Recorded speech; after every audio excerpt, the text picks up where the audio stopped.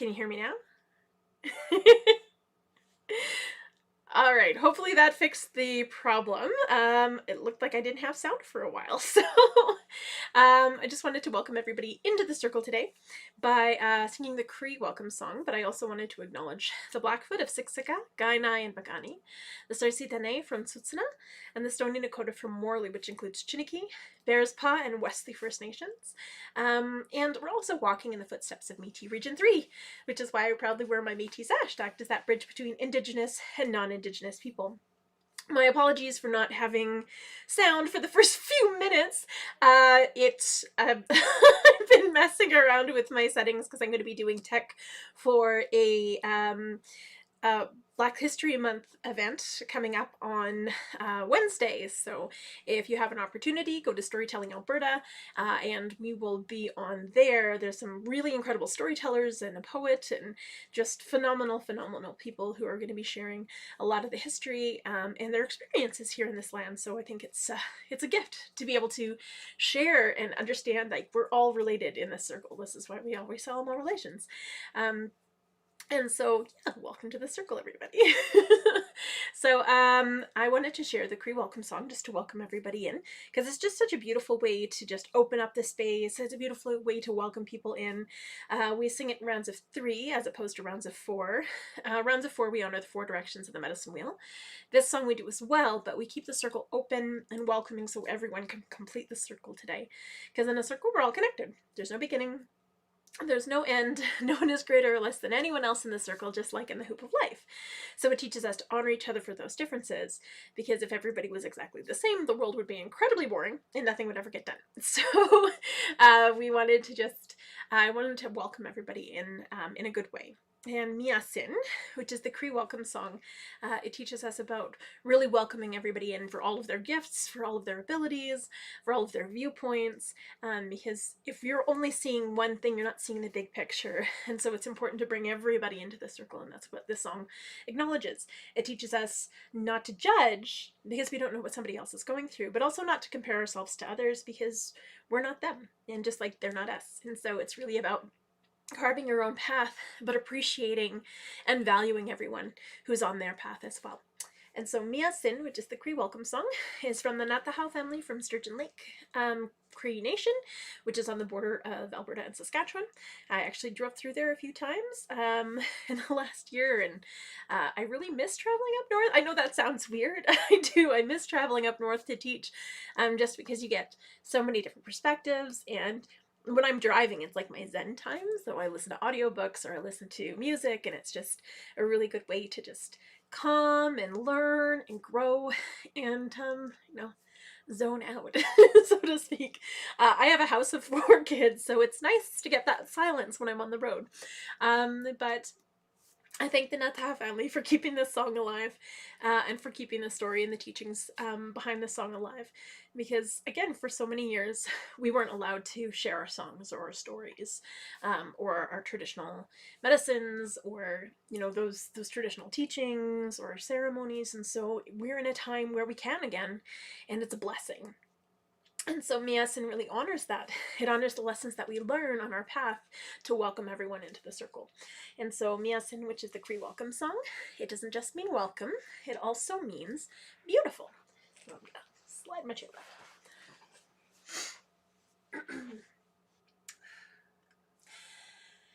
Miasin, Miasin,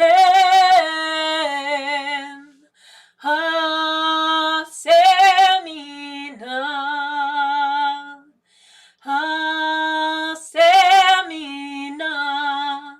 e petagote, niwagomagan, hota, homa, kitaskino,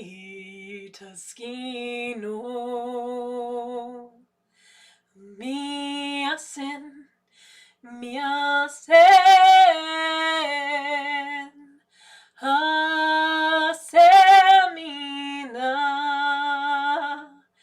hasemina, e petaku. ni wagomagan hota homa kitaskino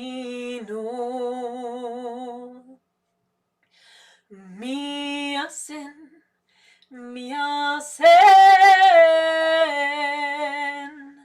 hasemina hasemina e petakute ni wagomagan hota homa kitaskino.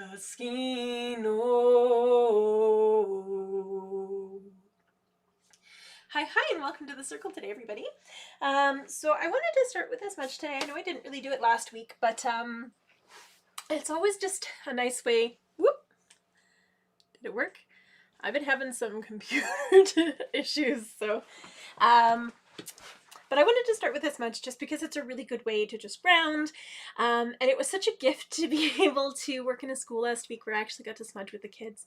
And I forgot how wonderful it makes you feel to be able to share the medicines and the teachings, and to be able to get the kids to understand that this isn't something from the past, but it's something that's practiced every day. And to really put that into perspective for kids, it's so important, and it's such a gift to be able to share. And just to see how they kind of start with all of these anxieties and worries, and then by the end they're just relaxed. There's something really just brilliant about smudging together that just puts you in your body, it puts you in your spirit. It teaches you to really, honor your mind and honor, your emotions, and really that everything is part of you and that's okay. I think that's the biggest takeaway from when we smudge. It teaches us that it's okay, and everything's going to be all right, as long as we just respect and honor those things and those teachings that are coming to us and through us, whether it be through meetings with other people or elders or different teachings that literally come through us, whether it be in our dreams or when we're in ceremony. It's just a blessing. There's so many things that are unseen, and when we finally understand them on a deeper level, it's just a gift. So that being said, I'm going to be starting with smudging, and just a quick little brief about the medicines, because I know some of them, some people might just be kind of viewing, and some people might just need a refresher. And so, again, when I share my medicines, I can only share what I know, and so depending on who you talk to, your medicine wheel might look different depending on where you're from. Like a Blackfoot medicine wheel and a Cree medicine wheel and a Dene medicine wheel, and even different Cree nations practice the medicine wheel in different ways. And so it's really about not right or wrong. It's just about different. It's about finding your path and finding the medicines that work for you and the way that the medicine wheel is laid out that works in your life and with your teachings. And so that being said, I can only share what I know. And so in the East, I have sweetgrass. Sweetgrass is for my mind. So whenever I get really stressed out or I have a lot of anxiety, I'll burn sweetgrass. If I can't sleep at night, I'll have sweetgrass in my tea. So it really does help with my insomnia, which is really awesome. And it just teaches us really about honoring the path that's in front of us, about learning, about acknowledging our mind and the strength that our mind has to learn about the world around us and look for solutions to, of some of the challenges that we face. So our mind is really good for that. It also teaches us that when we make decisions, we have to think in terms of generations, because we're somebody's ancestor. So think 7 generations behind. What did my ancestors do to bring me here? And am I honoring everything that they have done, all the sacrifices that they have made by the decision that I'm making this day? And then we think 7 generations forward, what am I doing to leave a better world for my future generations? Am I leaving a better world for them, or a mess for them to clean up? So right now we're leaving kind of a mess. So I'm trying to every day make decisions that make the world a little bit better, whether it be instilling these teachings in my kids or sharing them with other kids or other people in general. And so in the East we have sweetgrass. It smells amazing. It's the sweetest medicine. It's the children's medicine. In the East we have grandfather's son. So that's really about beginnings and you begin your life as a child, so that makes sense. You learn the most as a child, so this is why it's connected to the mind. Grandfather Sun's a big ball of fire, so this is why it's the fire in the east, and the color that I have there is yellow. Again, like I said, not right or wrong, just different. And in the south, I have Cedar. Cedar teaches us about honoring our body, teaches us about honoring our adolescence, which is that transition from childhood to adulthood, reminding us that we need to discover our own path, and nobody else can do that for us. We have to do it ourselves, but also acknowledging the relationship that we have to have with the earth because it sustains us. We breathe with the plants. We, have that relationship with the animals. So sometimes we eat them. Sometimes we learn from what to eat from them.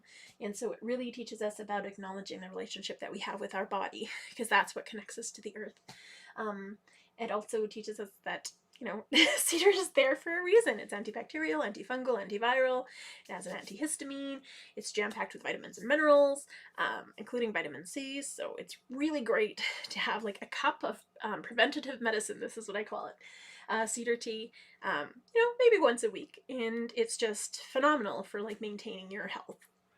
So I swear by it. So that is the color red on my medicine wheel. That's beautiful Mother Earth. That's our connection to our physical body, because that's our physical being. And we're going to go to the west.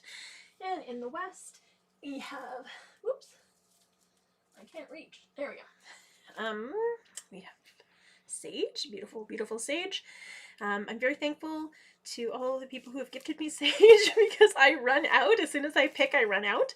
I tend to use a lot of it, especially when I'm teaching or I do smudge every day. So yes, I go through a lot of sage. Also when I do events, we always smudge at events because it's important to, put you in the right space to really honor in and bring in those ancestors that need to be with us, to really help people who are dealing with strong emotions or who might be a little frazzled. It's just a really beautiful way you bring sage in to just mellow everything out. So that's just in Cree. So I'm in Blackfoot territory. So whenever I'm in, Blackfoot ceremonies, they use a lot of sweetgrass, and that's just a different teaching. So in Cree, I use a lot of sage. Sweetgrass is usually used in a lot of Blackfoot ceremonies, so just slightly different.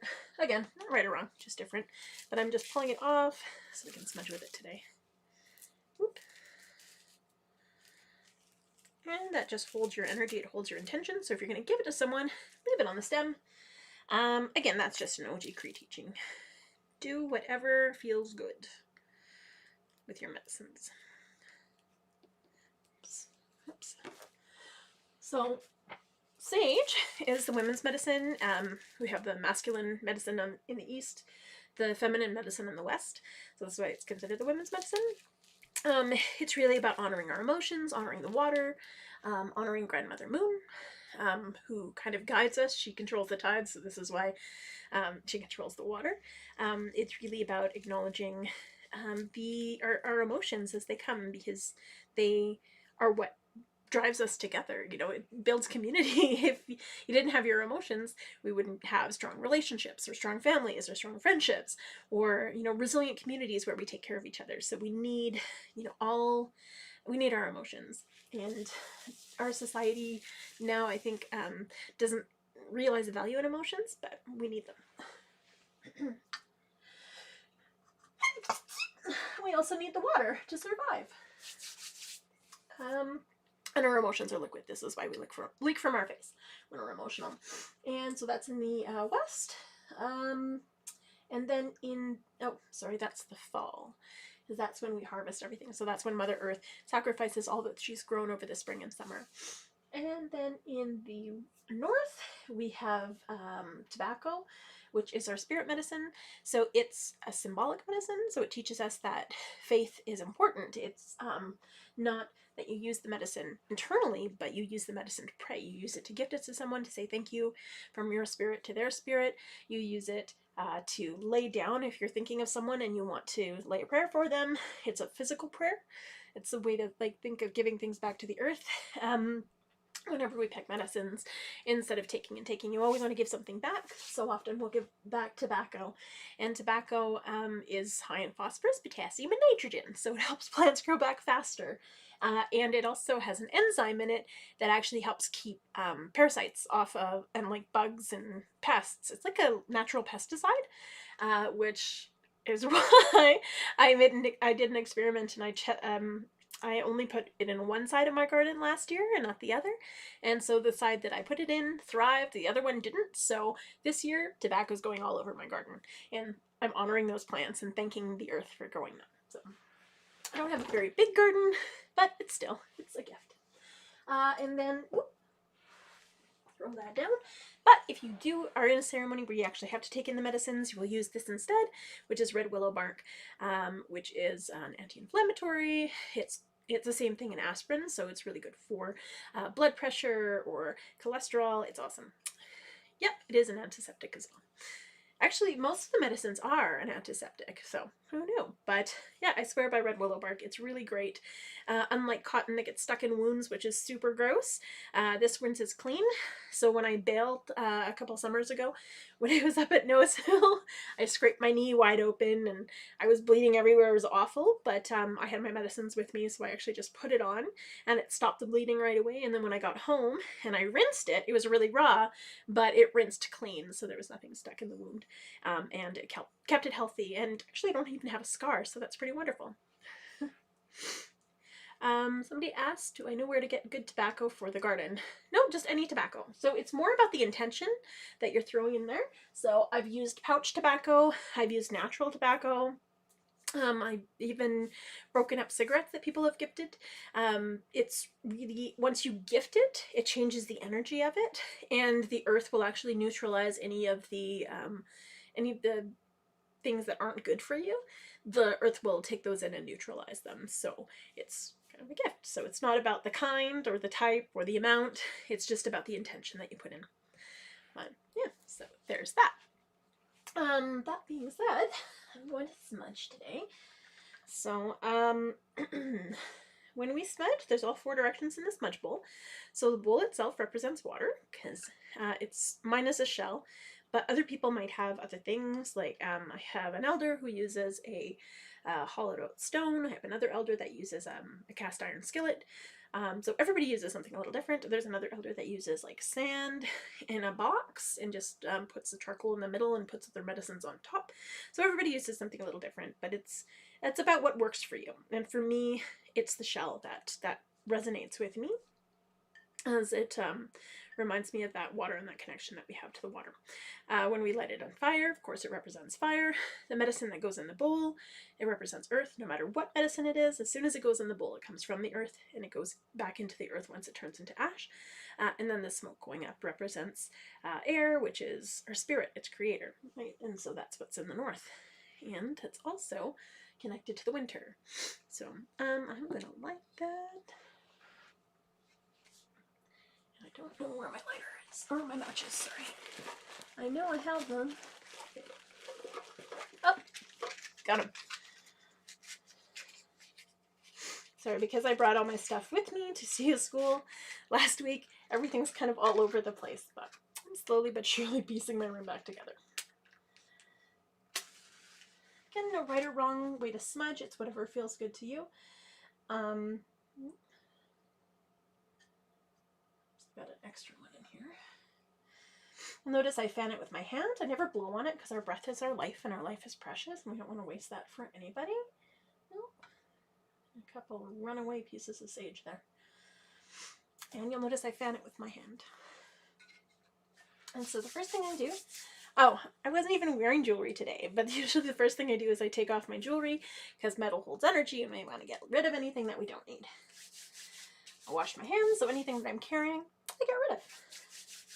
Bring it over my body 4 times to honor the 4 directions in my body. I smudge my mind so I can think clearly and learn from every person that crosses my path.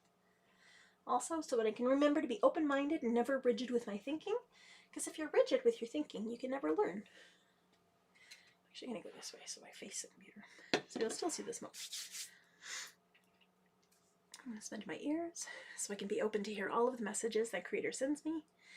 So I remember we have 2 ears and 1 mouth for a reason, so we can listen twice as much as we speak. Smudge my eyes so I can see all of the beauty that Creator has surrounded me with. Remember to keep my eyes open and my vision clear. I appreciate my vision. I smudge my nose so I can smell danger and cookies and all of those things that are unseen. Right now I'm smelling chili because I made a chili casserole, which is good. Bison chili's the best. I smudge my mouth so I can speak only true and kind words that are helpful and benefit mankind. I always ask myself, is it truthful? Is it helpful? Is it kind? Is it respectful? If it's none of those things, don't say it, don't do it, because it's not going to help anybody. I'm going to smudge my throat because I'm very thankful for my voice this lifetime, because I continue to give voice to the voiceless and honor the voice that Creator's gifted me.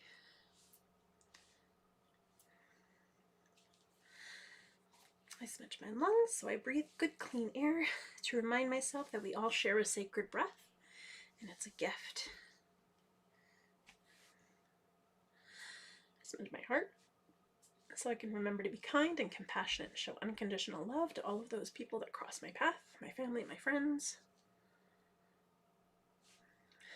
and those I haven't met, but also myself. Because sometimes, we gotta love ourselves.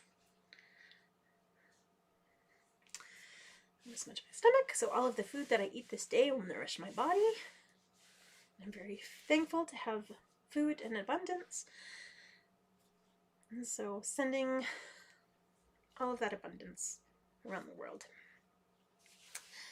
I smudge my womanhood because I'm very thankful to be a woman and a mother in this time. Even though I'm a two-spirit woman, this is my female body, and I'm very thankful to have my kids. But I respect the energy that is a balance within us. I smudge my belly button because that is our spirit. That's where we're connected to before we come into this world. So this is where all of those spirit messages come through us. This is why it's like our gut instinct. Our intuition is never wrong. Okay, I'm going to smudge my shoulders and my back so I can carry all of the responsibilities that Creator has gifted me with grace and humility. I had a big crack when I did that. I smudge my arms and my hands so I can do the good work that Creator's put me here to do. I'm very thankful for the gifts that I share and the art that I create. I smudge my legs so I can walk this red road in a good way. That's the path of Aboriginal spirituality. Oh, Sherry has tobacco seeds. I'm going to have to get in on that and try growing some in my garden. And then I'm going to smudge my feet so I stay grounded and connected to Mother Earth, treading lightly upon her and honoring her with every step. And then if there's anywhere in your body that you need a little extra love, apparently I need a little extra love in my back because I was cracking quite a bit.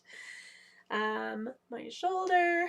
My cats decided to sleep on me, so I had to sleep like a mummy. It's funny, you like make yourself uncomfortable so your cats are more comfortable, even though they'll sleep pretty much anywhere. I don't know why we do that. But so my neck's a little funky because of the way I was sleeping with my kitties. And then if there's anyone you want to send a little love or appreciation to, maybe they're going through a hard time, maybe they need some healing, whether that be physical, emotional, spiritual, or mental healing, just send them that love. Keep them in your heart and send them that love and appreciation too. And then when you're done, you just say thank you, or magwitch, or merci, or hi, or shia, or masicho, or Shane, or however you say thank you in your language. Your language is important because it's part of you. All right. So that being said, I'm going to share another song. I'm going to share the, I know the Four Directions song. I love it. It's also known as the Cherokee Morning Song. It was brought forth by Ulali and Robbie Robertson. And I knew it as the Four Direction Song. I learned it as the Four Direction Song because you can hear the four winds in it spinning, but it's really about acknowledging all four elements around you, all four directions, all four seasons, all four parts of your being, but really about, you know, how important it is to honor everything and everyone around you. And it's just been on my mind a lot, so I'm going to share this song. It's also known as Wendeaho. Sweetgrass in my drum. And so this is Wendeaho, the Four Directions Song, or the Four Winds Song, or the Cherokee Morning Song, which makes sense because the sun rises and then continues traveling.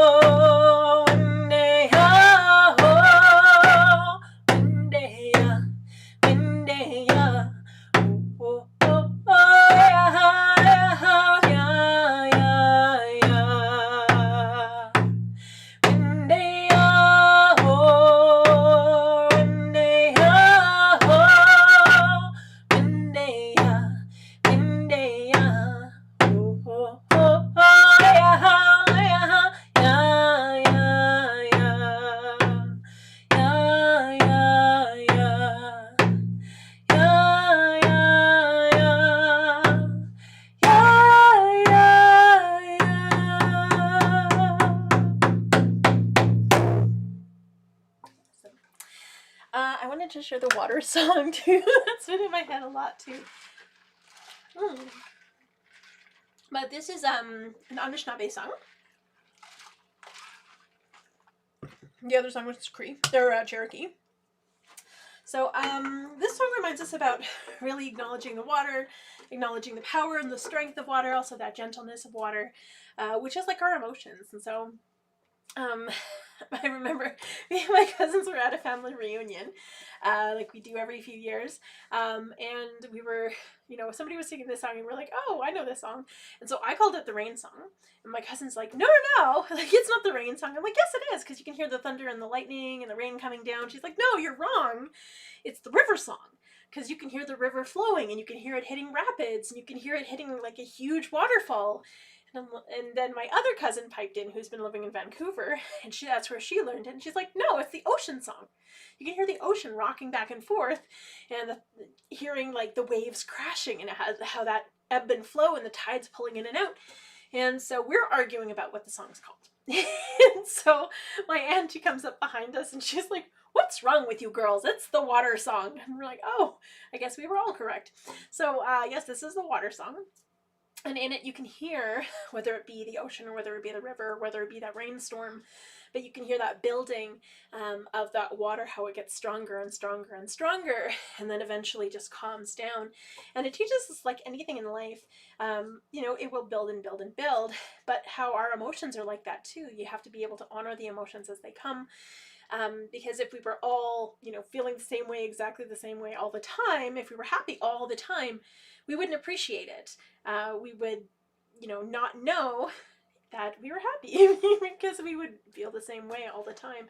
And the water's like that too. Sometimes we need that chaos to be able to bring new life, which is, you know, what the rivers do when they freeze and then they unthaw, or what the oceans do when they stir up everything with the tides. They're stirring up new life. Or when, you know, huge storms come, you know, sometimes they are devastating and destructive, but you have to look at what is left behind. You know, you have all of these new seeds that have a chance to grow, all of these new trees that get a chance to come up from those ashes or from all of those things. And so this is really what the song is about. It's about, you know, rebirth and appreciating, you know, sometimes those challenging times, because they bring us to the good times, and really teach us and make us stronger. And so this is the water song. In it, there's two parts to it, the gentle part and then the strong part. And we're going to start slow and we're going to build and build and build. So please do sing along with if you are at home. We're going to start.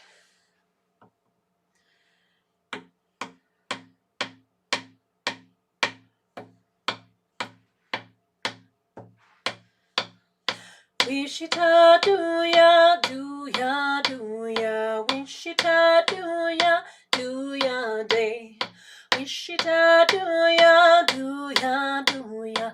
Wishita do ya day. Wishita do ya, do ya, do ya. Wishita do ya day. Wishita do ya, do ya, do ya. Wishita do ya day. Wishatania, hey ya, hey ya. Wishatania, hey ya, hey. Wishatania, hey ya, hey ya. Wishatania, hey ya, hey. Wishatania, hey ya, hey ya. Wishatania, hey ya, hey. Wishatania, hey ya, hey ya. Wishatania, hey ya, hey. Wishita do ya, do ya, do ya. Wishita do ya day. Wishita do ya, do ya, do ya. Wishita do ya day. Wishita do ya, do ya, do ya. Wishita do ya day. Wishita do ya, do ya, do ya. Wishita do ya day. Wishatania, hey ya, hey ya. Wishatania, hey ya, hey. Wishatania, hey ya, hey ya. Wishatania, hey ya, hey. Wishatania, hey ya, hey ya. Wishatania, hey ya, hey. Wishatania, hey ya, hey ya. Wishatania, hey ya, hey. Wishita do ya, do ya, do ya. Wishita do ya day. Wishita do ya, do ya, do ya. Wishita do ya day. Wishita do ya, do ya, do ya. Wishita do ya day. Wishita do ya, do ya, do ya. Wishita do ya day. Wishatania, hey ya, hey ya. Wishatania, hey ya, hey. Wishatania, hey ya, hey ya. Wishatania, hey ya, hey. Wishatania, hey ya, hey ya. Wishatania, hey ya, hey. Wishatania, hey ya, hey ya. Wishatania, hey ya, hey. Wishta do ya, do ya, do ya. Wishta do ya day. Wishta do ya, do ya, do ya. Wishta do ya day. Wishta do ya, do ya, do ya. Wishta do ya day. Wishta do ya, do ya, do ya. Wishta do ya day. Wishatania, hey ya, hey ya. Wishatania, hey ya, hey. Wishatania, hey ya, hey ya. Wishatania, hey ya, hey. Wishatania, hey ya, hey ya. Wishatania, hey ya, hey. Wishatania, hey ya, hey. Wishatania, hey ya, hey. Wishta do ya, do ya, do ya. Wishta do ya day. Wishta do ya, do ya, do ya. Wishta do ya day. Wishita do ya, do ya, do ya. Wishita do ya day. Wishita do ya, do ya, do ya. Wishita do ya day. Awesome. Oh, I'm glad. Thank you for singing with me. So I'm sending lots of love to my sister from another mother, Steph, and hi, Sherry. There's so many songs that are going through my head, so I haven't shared the creator song in a while, so I'm going to share the creator song. And I just love that this song has kind of come back around. So I was taught this song from a friend of mine who Night Sun was amazing, so I sang on one of her tracks, and so in exchange she's like, I'm going to share this song with you. And as soon as she shared, I was like, why do I know this song? And I was able to learn it like super fast. And I always say when a song is meant for you, you'll remember it. Just like teachings, if something's meant for you, you'll remember. If it's not meant for you, it won't take up space in your brain. But this song resonated with me and it wouldn't leave me alone. And so I learned it very, very quickly. And then my great aunt, who's in extended care, I went to visit her. This was before COVID, when we were actually able to sing and drum. So I was singing and drumming for her. And she started singing with me. And I was like, Auntie, how do you know this song? She's like, where did you find this song? And I was like, well, a friend gave it to me. She's like, this is one of our family songs. So ask your friend if she knows any more. But it was just such a gift that, you know, our songs come back to us when they're meant for us. Our family songs, our family teachings come back to us when they're meant to be there. And so it's a gift to be able to share this song. And so this song is the Creator song. So it teaches us that we are all sacred, that we all share a sacred breath, that the plants and the animals and all of our people from the four directions, everyone, we have different things to learn from each other, different things to teach each other, but also that sacredness of life that we all share, that pulse that we share with Mother Earth, you know, that breath that we share with each other, the waters that we share that have been circulating on this planet for thousands upon thousands of generations. Since time immemorial, since this planet was created, it's been here for us. And so it teaches us to really appreciate all that Creator's left for us and that sacredness that connects each and every one of us. And so this is the Creator song.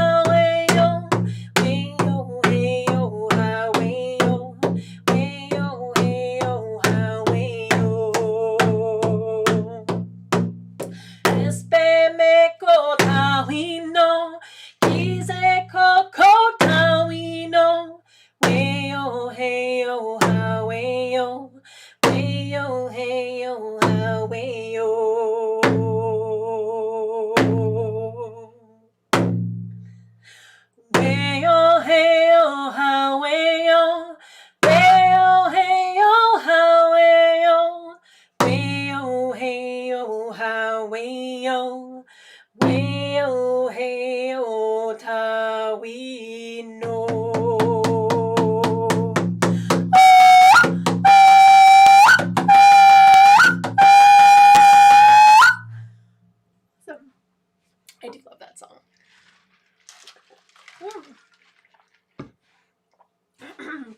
So normally I share it with a story, but I didn't even share the Creator story today. But the creation story, which is super fun. But I'm going to share another story and another song. So this song actually is from Elder Carrie Moore. This was her grandmother's song. But what's really interesting about this song too is I remember hearing it growing up, my mushum would take me sometimes, sneak me out to bring me to like different ceremonies, to sweats and things like that. But I wasn't allowed to tell my cook and my grandmother that my great grandmother was taking me and doing all these things with me, because she would get mad even if I came home smelling like smudge. So, but those are some of my fondest memories of my great grandfather, is when he would take me sneaking away to show us, you know, whether it be the plants or whether it be the ceremonies or the songs or the stories. And those are such absolutely. This song that I'm going to share, definitely, this is called the Grandmother's Song, and it's also known as the berry picking song, or the it just teaches us about community. So the story behind the song, which is really, really important, is a long, long, long time ago in our tribal days. Traditionally, women would go berry picking. And so the grandmothers were the ones in charge. We had matriarchal societies for a reason. Not that, you know, it was a top-down structure, but that the women made sure that everybody was taken care of, that everybody was maintained, and everybody, you know, everybody was valued in that circle. Everybody had just as much of a stake in our community as everyone else. So of course everyone had an equal say. The children all the way up to the elders, everyone had a say. And the grandmothers made sure that everyone's voice was heard and that everybody was taken care of, that nobody got left behind. And so the grandmothers, of course, were the ones in charge. And I don't know about you, my grandmother's terrifying. Nobody argues with that woman. So yeah, that's my go-go. But so I'm really thankful for her being that way, because, you know, she's definitely given me that strength to persevere and push myself further and forward. So grandmothers would, of course, take everybody berry picking. All of the grandmothers would go, all of the women would go, all of the kids. If you're a boy, once you turn 12, you were considered on your path to becoming a man, so you would go hunting with the men.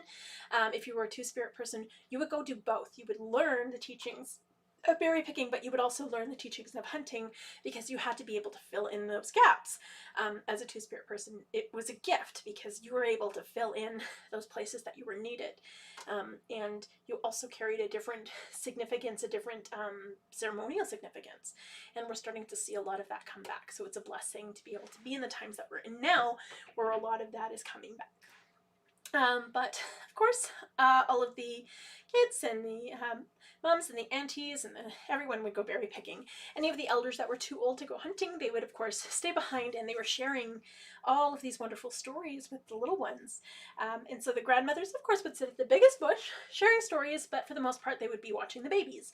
And if anybody knows how babies explore the world, well, they shove everything in their mouth. And so the grandmothers would be like, oh, don't eat that rock, or spit out that pine cone, or don't chew on that bug, or get that leaf out of your face, or ugh, are you chewing on another pine cone? Gross. Or spit out that dirt, or put that squirrel down. Squirrels don't belong in your mouth, because babies are disgusting and they will throw literally anything in their face.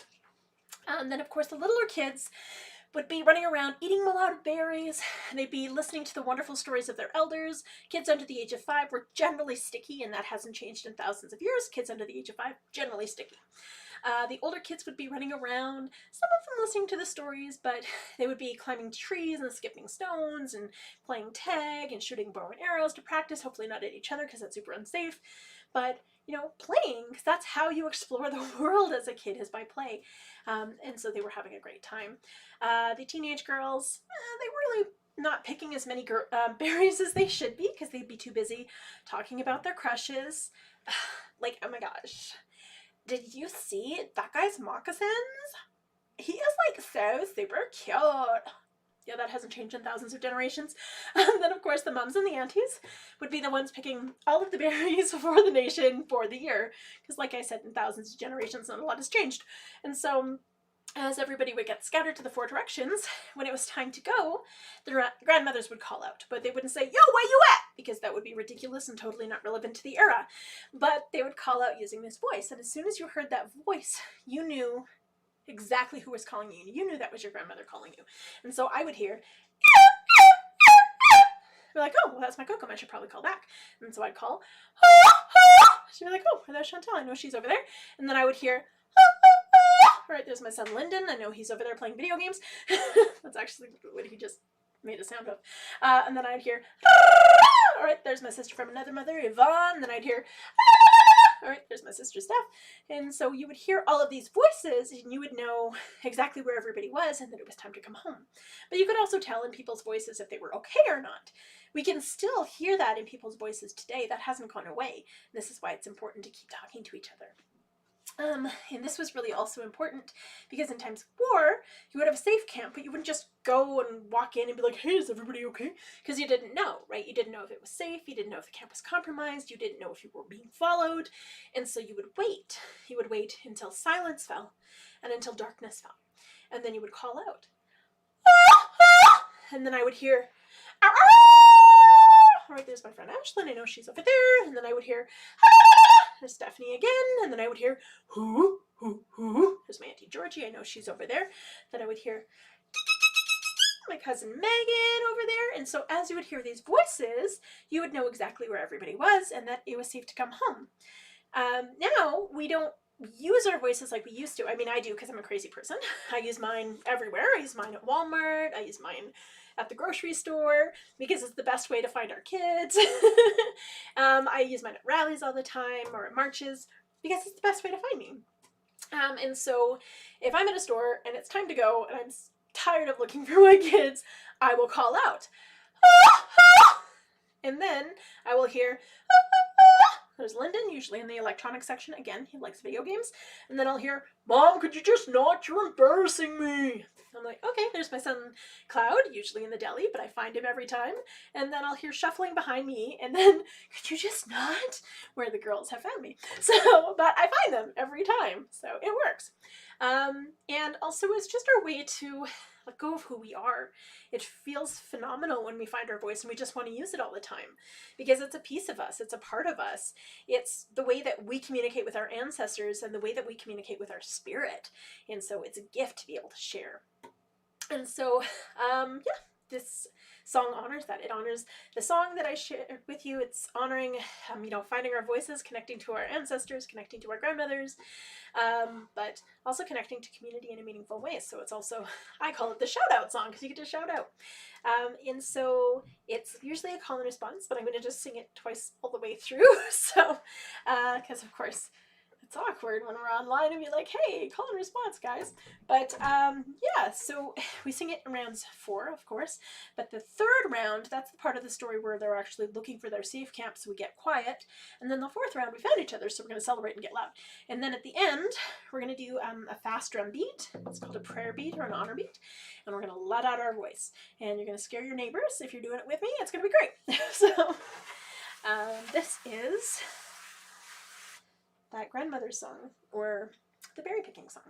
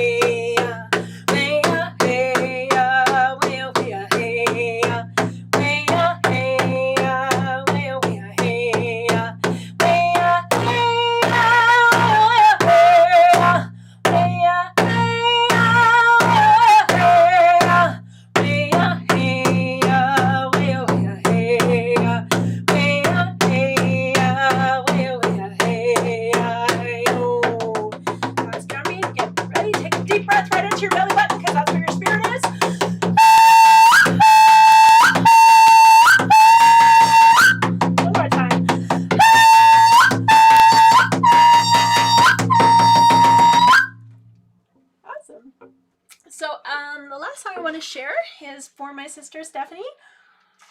I'm going to share this Strong Woman song. We definitely need it. We shared it a couple of weeks ago when we did the Valentine's Day Memorial March, which was so cold. Oh my gosh, it was cold. But you know, it doesn't matter. It's really it's about supporting, you know, our community and our family and our friends and those that are hurting and those that, you know, we really want to remember in a good way. And so this is why it doesn't matter if it's pouring or snowing or freezing cold or way too hot. You do it anyway, because it's not about being comfortable for that brief moment. It's about sharing what matters.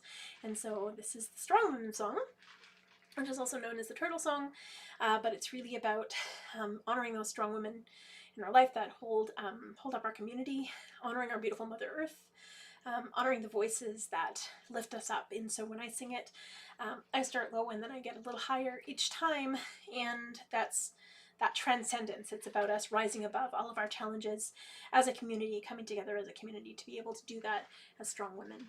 Strong men that stand beside us, because we need those too.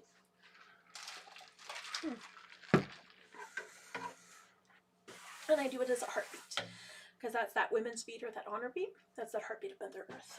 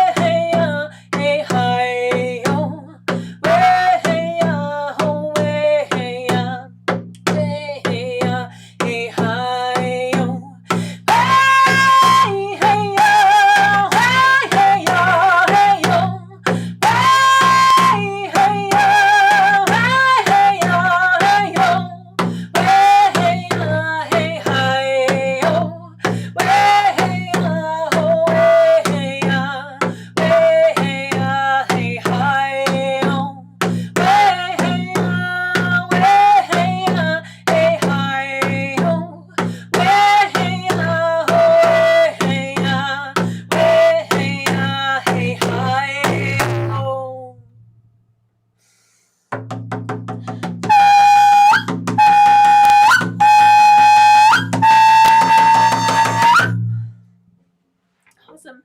Chimawich, everybody, thank you again for joining me for another Tuesday. Please feel free to share. Everybody is welcome to these teachings, to understanding, to the songs. We have public songs and we have private songs, but the songs that I share are public. They're so that we can learn better and we can understand. And also it's about acknowledging where those songs and where these stories and where these teachings have come from. And so it's really about understanding the struggles that we've had to keep these songs alive, to keep these stories alive, to keep our teachings alive, and keep ourselves alive. we're still here as Indigenous people. We're still here as First Nations, as Métis, as Inuit, and it's a gift and a blessing to be able to learn from each other and to be able to share.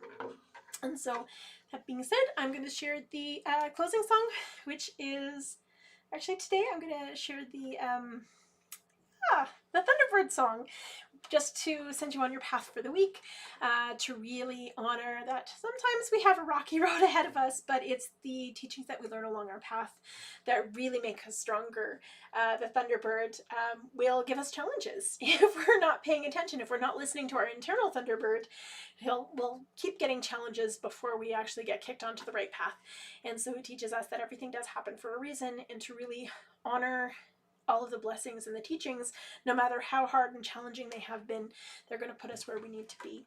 And so this is the Thunderbird Song to send everyone on their way for a wonderful week, and I hope to see you again next week. It's Anishinaabe.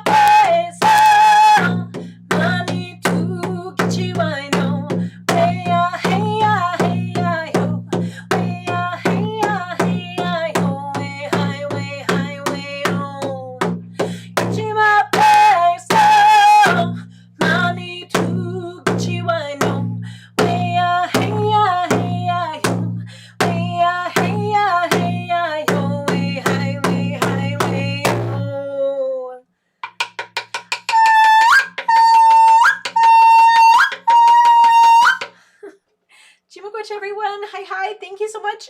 Sending so much love and appreciation to everyone, and I will see you next week. Bye everyone.